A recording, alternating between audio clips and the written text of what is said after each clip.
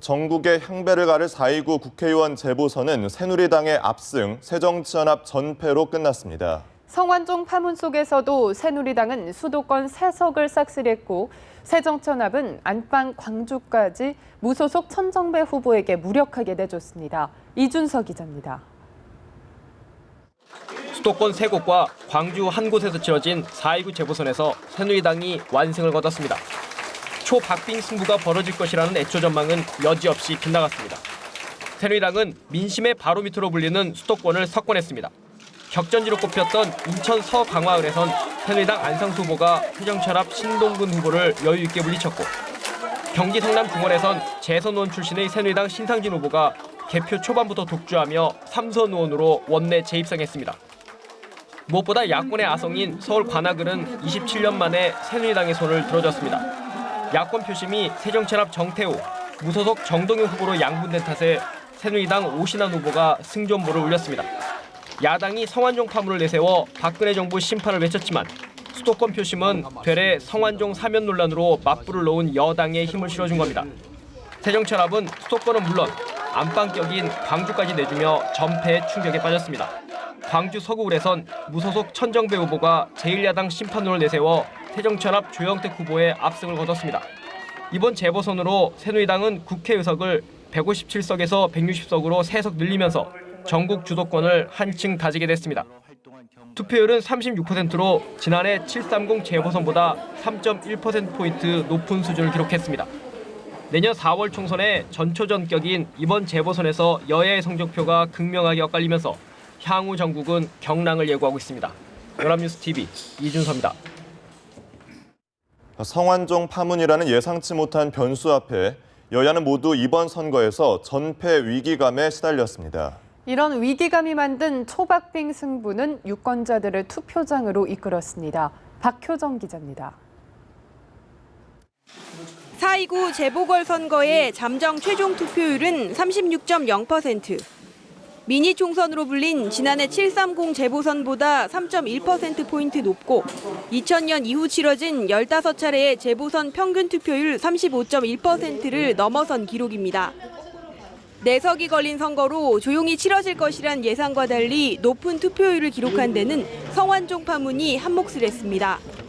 새정치연합이 성완종 파문을 계기로 부패 정권 심판론을 펴자 새누리당에서는 노무현 전 대통령 재임 시절 성완종 특사 의혹을 꺼내들며 역공에 나섰습니다.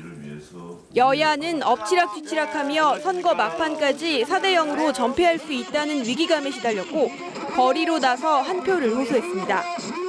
그 결과 여야 할 것 없이 지지층은 더욱 단단히 결집했고 투표율로 이어졌습니다. 유권자들로부터 내 한 표가 당락을 좌우할 수 있다는 투표 효능감을 높인 겁니다. 우리가 지지했던 당의 현 주소가 어떻게 되어가고 있는가를 봐서 나는 그걸 투표를 하는 거이지. 야권 후보 단일화가 실패하며 투표율을 끌어올렸다는 관측도 나옵니다. 실제로 정동영, 천정배 등 새정치연합을 탈당한 거물들의 대결이 펼쳐진 서울 관악을과 광주 서구을에서는 투표율이 나머지 2곳보다 높았습니다. 연합뉴스TV 박효정입니다. 새누리당 김무성 대표는 4.29 재보궐선거에서 예상 외의 압승을 거둔 데 대해 여러 가지 어려운 상황에서 집권 여당과 박근혜 정부에 힘을 실어줘서 정말 감사하다고 말했습니다.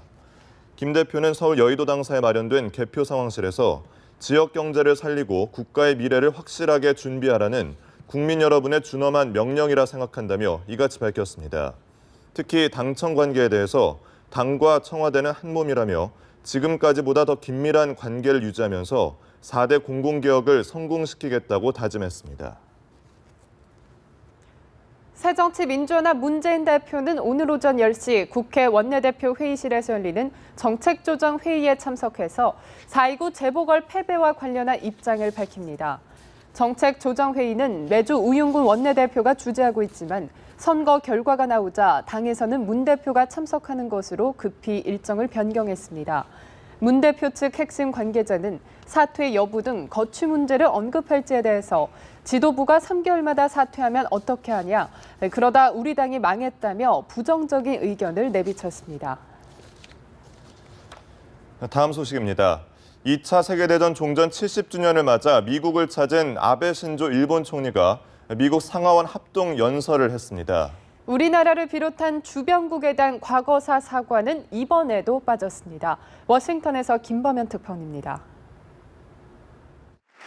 일본 총리로는 사상 처음으로 미국 상하원 합동연설을 위해 연단에 오른 아베 신조 총리.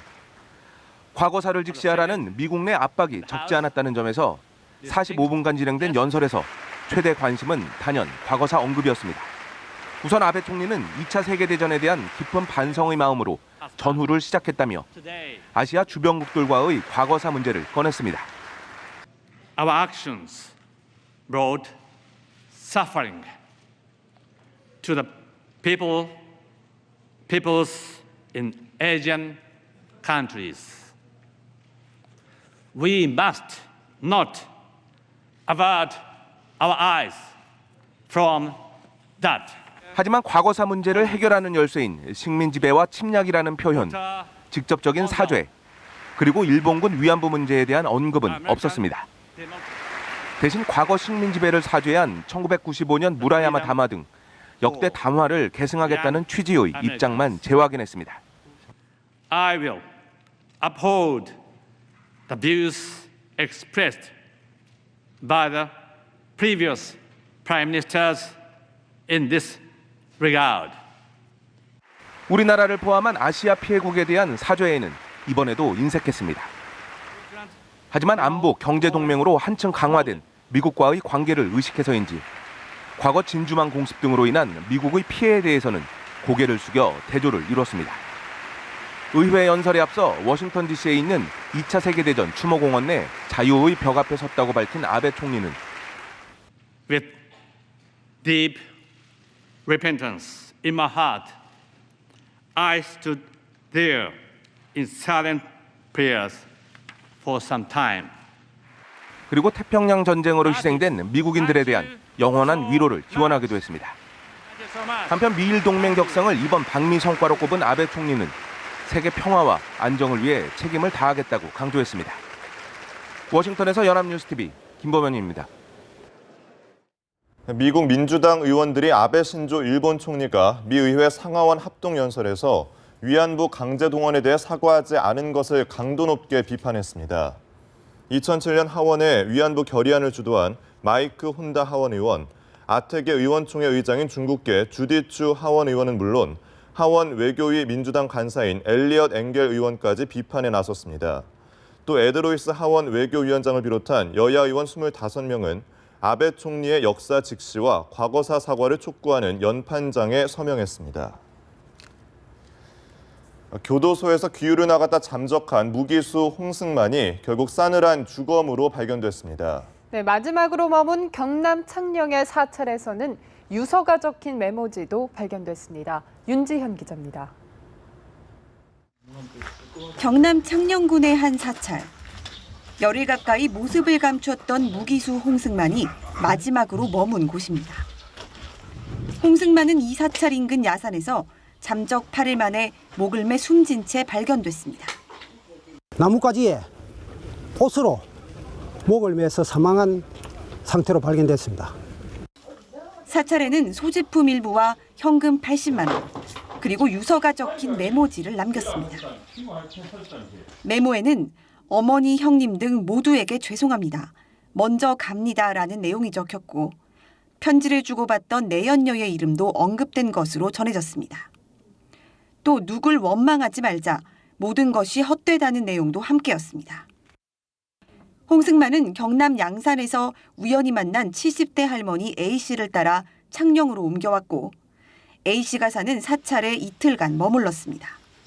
바람실이 나왔다 이거지. 한 보름 있으면은 보수를 얼마나 저기서 기르면 되겠습니까 이래서. 저래서 무슨 보수를 받노. 그러다 지난 27일 등산을 다녀오겠다며 절을 떠난 뒤 돌아오지 않았습니다. 홍승만은 1996년 내연녀를 살해한 혐의 등으로 무기징역을 받아 전주교도소에서 복역해왔습니다. 모범수로 지난 17일 귀유를 받아 나갔으나 복귀일인 21일 돌아오지 않은 채 잠적했습니다. 연합뉴스TV 윤지연입니다.